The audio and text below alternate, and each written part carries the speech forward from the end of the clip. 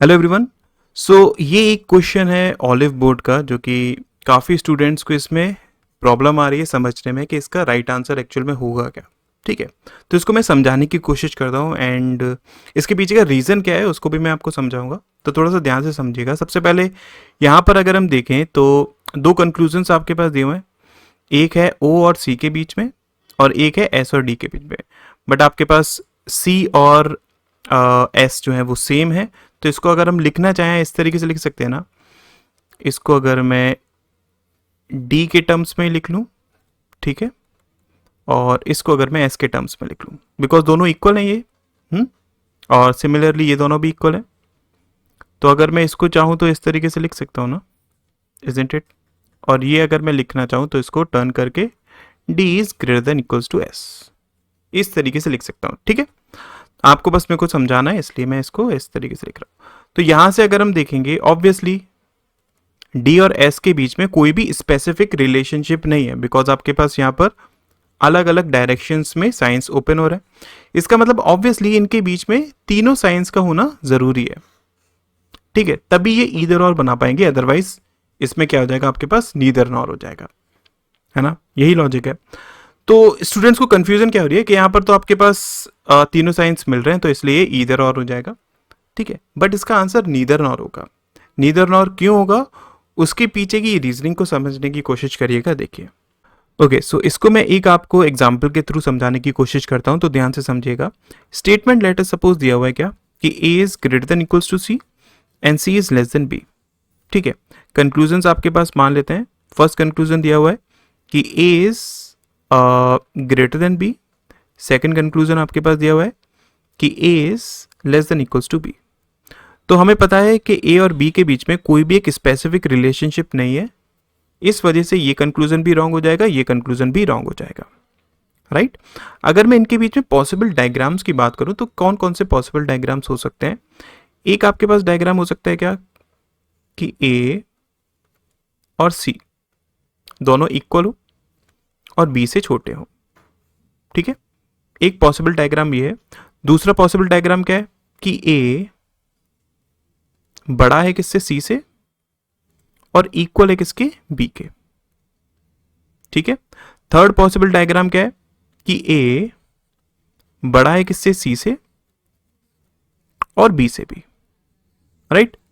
ये तीन possible diagrams इसके हो सकते हैं, है ना। अगर मैं कंक्लूजन फर्स्ट की बात करता हूं तो देखिए ए ग्रेटर देन है बी से। इसका मतलब ये आपके पास डायग्राम रॉन्ग हो जाएगा, ये इक्वल्स टू वाला डायग्राम रॉन्ग हो जाएगा, ये डायग्राम आपके पास ट्रू रहेगा, राइट। कंक्लूजन टू की अगर मैं बात करता हूं तो उस केस में देखिए आपके पास ये कंक्लूजन ट्रू है, ये कंक्लूजन ट्रू है और ये कंक्लूजन रॉन्ग है। ठीक है, तो अगर आप फर्स्ट और सेकंड कंक्लूजन में देख रहे हैं आपके पास क्या हो रहा है कि एक सही तो दूसरा गलत, दूसरा सही तो पहला गलत। मतलब यहां पर आपके पास ईदर और वाली कंडीशन लग रही है, इजंट इट। यहां पर कोई भी ऐसा केस नहीं हो रहा है जहां पर दोनों कंक्लूजन आपके पास या तो ट्रू हो या फिर दोनों ही कंक्लूजन आपके पास रॉन्ग हो, इजंट इट। देखिए ये आपके पास रॉन्ग, यहां पर सही, ये आपके पास यहां पर रॉन्ग, यहां पर सही, ये आपके पास यहां पर सही तो यहां पर रॉन्ग, इजंट इट। समझ में आया। अच्छा, अगर मैं कंक्लूजन लेटर सपोज 3 एंड 4 लेता हूं, ठीक है, मान लेते हैं कि आपके पास दिया हुआ है कि A is greater than equals to B और फोर्थ दिया हुआ है A is less than equals to B. ठीक है, अब हम इनको समझने की कोशिश करते हैं। अगर मैं इस वाले कंक्लूजन को लेता हूं, थर्ड कंक्लूजन को, तो आपके पास देखिए ए ग्रेटर है किससे, बी से, इसलिए ये डायग्राम आपके पास रॉन्ग हो जाएगा, ये डायग्राम ट्रू रहेगा, ये डायग्राम ट्रू रहेगा आपके पास, इजंट इट। फिर अगर मैं इस वाले कंक्लूजन की बात करता हूं, मतलब फोर्थ कंक्लूजन की, तो उस केस में क्या हो रहा है आपके पास, देखिए यहां पर ए लेस देन बी है, इसका मतलब ये आपके पास ट्रू हो रहा है। ए इक्वल्स टू बी है, इसलिए ये भी आपके पास ट्रू हो रहा है। बट यहां पर ए लेस है ना, तो ये आपके पास डायग्राम यहां पर फॉल्स हो रहा है।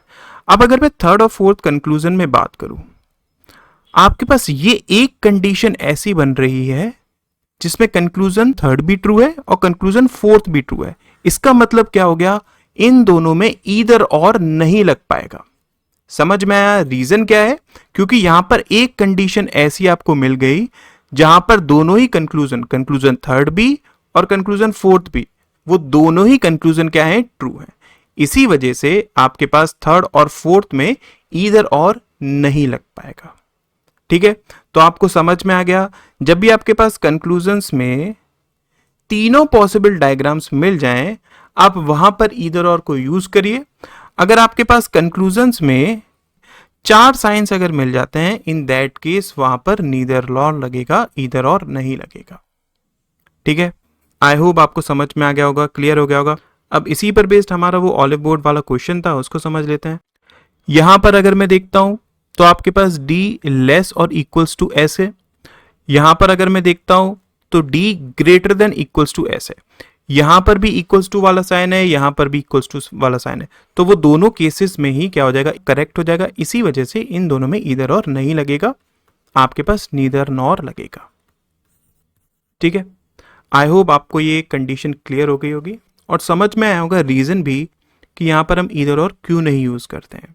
अगर वीडियो अच्छी लगी होगी तो वीडियो को लाइक ज़रूर करिएगा, चैनल को सब्सक्राइब करिएगा और अपने फ्रेंड्स को इस चैनल के बारे में ज़रूर बताइएगा। मैं ऐसी वीडियोस डेली लाता रहता हूँ, आपको कुछ ना कुछ नया सीखने को मिलता रहेगा।